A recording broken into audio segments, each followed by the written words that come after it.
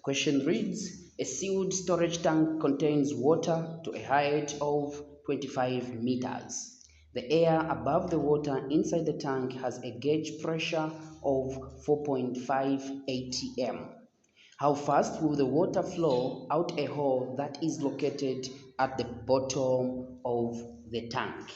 So how are we going to analyze this question? We're going to analyze this question. We've got a sealed tank. So we're told to say this, our tank is sealed. In short, it is closed on top like this, and then it is sealed. Of course, it has got an orifice on which this water will be flowing out like this. So say this is just the velocity of efflux. So we can just say this is just some velocity of efflux like that. So that is how fast this water will be moving. So the other thing we are told to say this water has got a pressure gauge on top there. So the pressure gauge, which has got a reading of 4.5 atm. Also, we are going to talk of the initial pressure of water at that point. We are going to say this pressure initial, it is just the pressure of water at sea level, which is 1 atm. Also, we'll talk of what about the pressure at the bottom? What can be the pressure at the bottom? So saying this pressure at the bottom, it is just equal to, we are given the pressure at the bottom, we're told to say the pressure at the bottom, okay, we're not told. So now since the tank is sealed, we're saying the pressure at the bottom is just equal to the initial pressure plus the pressure from the gauge is what we have. Now, also we're going to consider the motion here on top of this tank. We're going to consider the water to be motionless. So in short, we're saying our V initial, V1, is just equal to 0 meters per second. Also, we are told the height level of this water in the tank. So we're saying H. This height level we're given says 25 meters. This is what we have. Now we want to find how fast will this water be moving out of this wall which is punched at the bottom of the tank, which is what we call the velocity of efflux. So how do we calculate that? So to calculate this velocity of efflux, we are going to use the Bernoulli's equation. This is what we're going to do. Okay, now maybe we can consider, since we're given the height level of the water in this tank, now what can be the height at the bottom? So we're going to say this height is 25 meters is H1. Now what can be the height at the bottom? We're going to say the height at the bottom is just 0 meters. So now we're saying, applying the Bernoulli equation here now, states that pressure, the first point, plus 1 over 2 density multiplied by velocity 1 squared plus density acceleration due to gravity height, the first point, is equal to pressure at the second point plus 1 over 2 density velocity at the second point squared plus density acceleration due to gravity multiplied by height at the second point. This is the Bernoulli equation. Now remember we said height at the bottom is 0. So the height at the bottom, since the height at the bottom is 0, this multiplying the height at the bottom is going to be 0. It will cancel.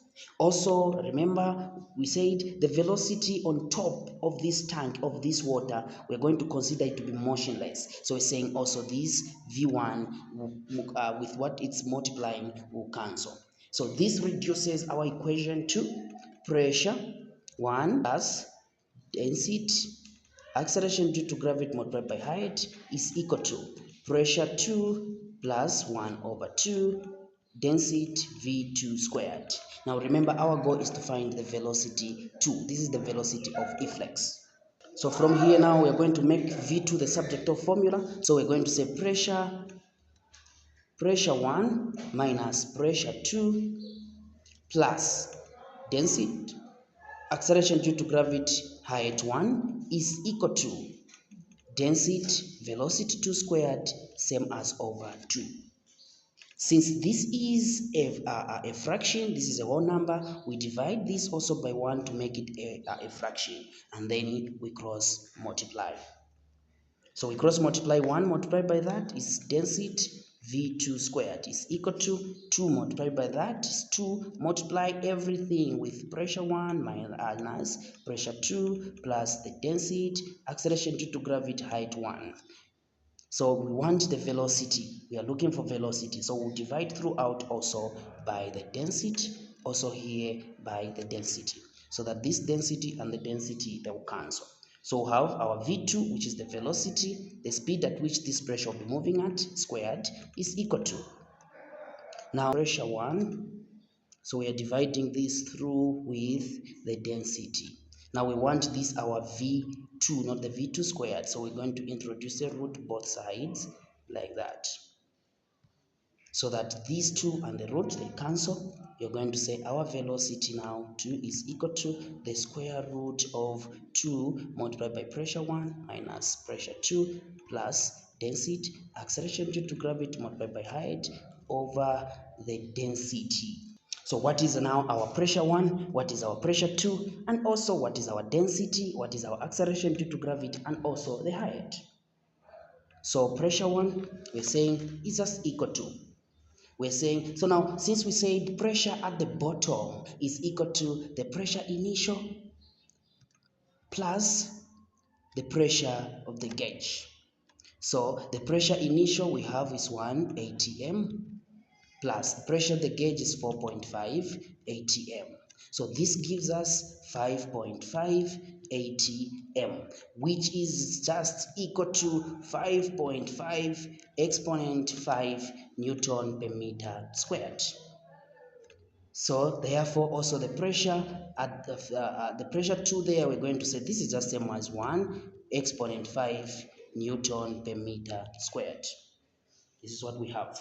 So we just substitute this in our formula, and also the density of water is just 1000 kilogram per meter cubed. What else are we given? We are given the height h1 is just equal to 25 meters. This is what we have. What else? The acceleration due to gravity. Acceleration due to gravity is 9.81 meters per second squared. So we get these parameters now. We substitute in the formula. So V2 is equal to the square root of 2 multiplied by 5.5 exponent 5 minus 1 exponent 5, like this. In a root, we're still in a root. So we're saying plus, there's a plus there. We're saying the density, we have the density there. We're saying this density is 1000 multiplied by the acceleration due to gravity is 9.81 multiplied by the height is 25. We're dividing this all with the density, which is 1000. So this all is in a root. This all is in a root, like that. This is what we have. This is what we have. So therefore, our velocity, if you do your calculations nicely, you are going to get, moreover, it is squared, it is in a root, so pay attention to it. So when you do your calculations nicely here, you are going to get 37.28. This is velocity is measured in meters per second. This is how we calculate the velocity, the speed at which the water will be escaping an orifice.